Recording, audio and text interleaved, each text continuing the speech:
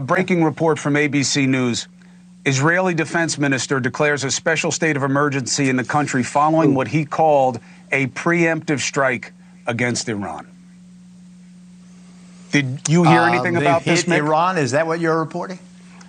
It says what he called a preemptive strike against Iran. This is ABC News, where Geraldo and I both worked in the past.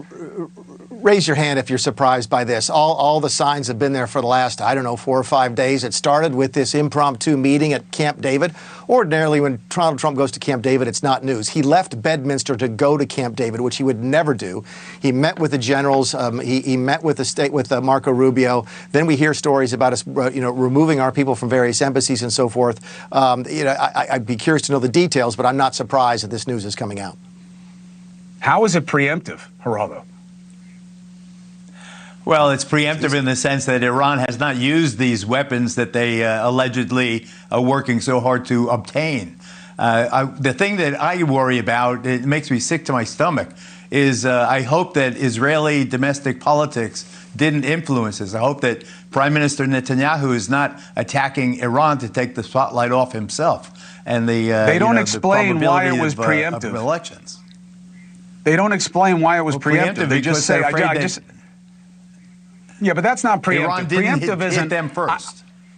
I know, but that's dicey, right? That's dicey. Certainly America can't do that.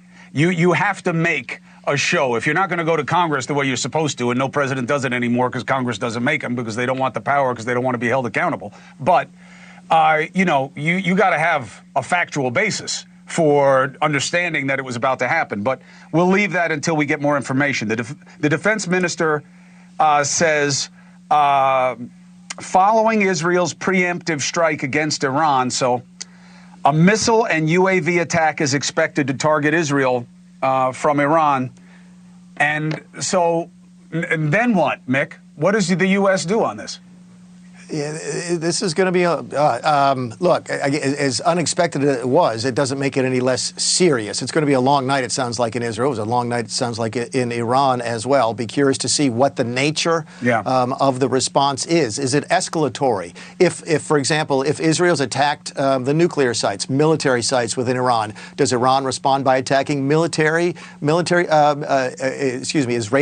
sites, or they go after residential? You got Huckabee in Jerusalem. What if they hit our embassy?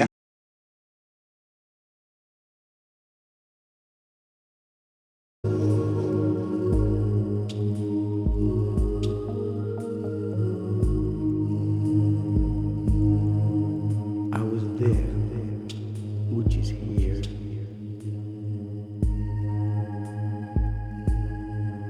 When they said,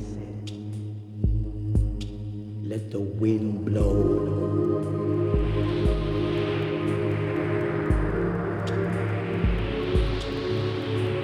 The breeze, the storm, the hurricane, the tornado, and the sweet, gentle wind. Whoa.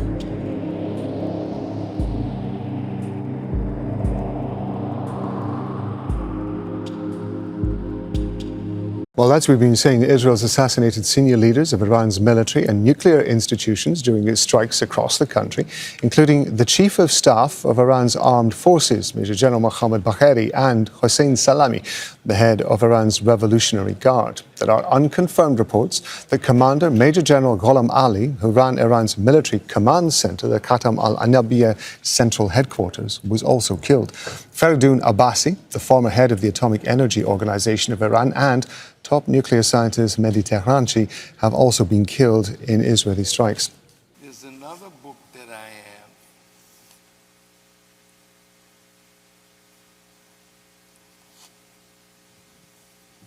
It's called The Secret History of Israel's Targeted Assassinations. And the title is Rise and Kill First. And in this book, I read it, it said that under Bush,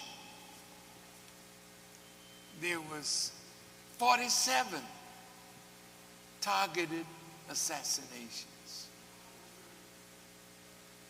Under Barack Obama and Joe Biden, it was nearly 400 targeted assassinations. These people will kill you. But don't be afraid of that which can kill your body. Be afraid of the God who can kill both body and soul. And when that war triggers, all of the countries that it will trigger, the war of Armageddon will be all over the earth. China will be involved. Russia will be involved. Kim Jong-un of North Korea will be involved. And there'll be no hiding place for anyone.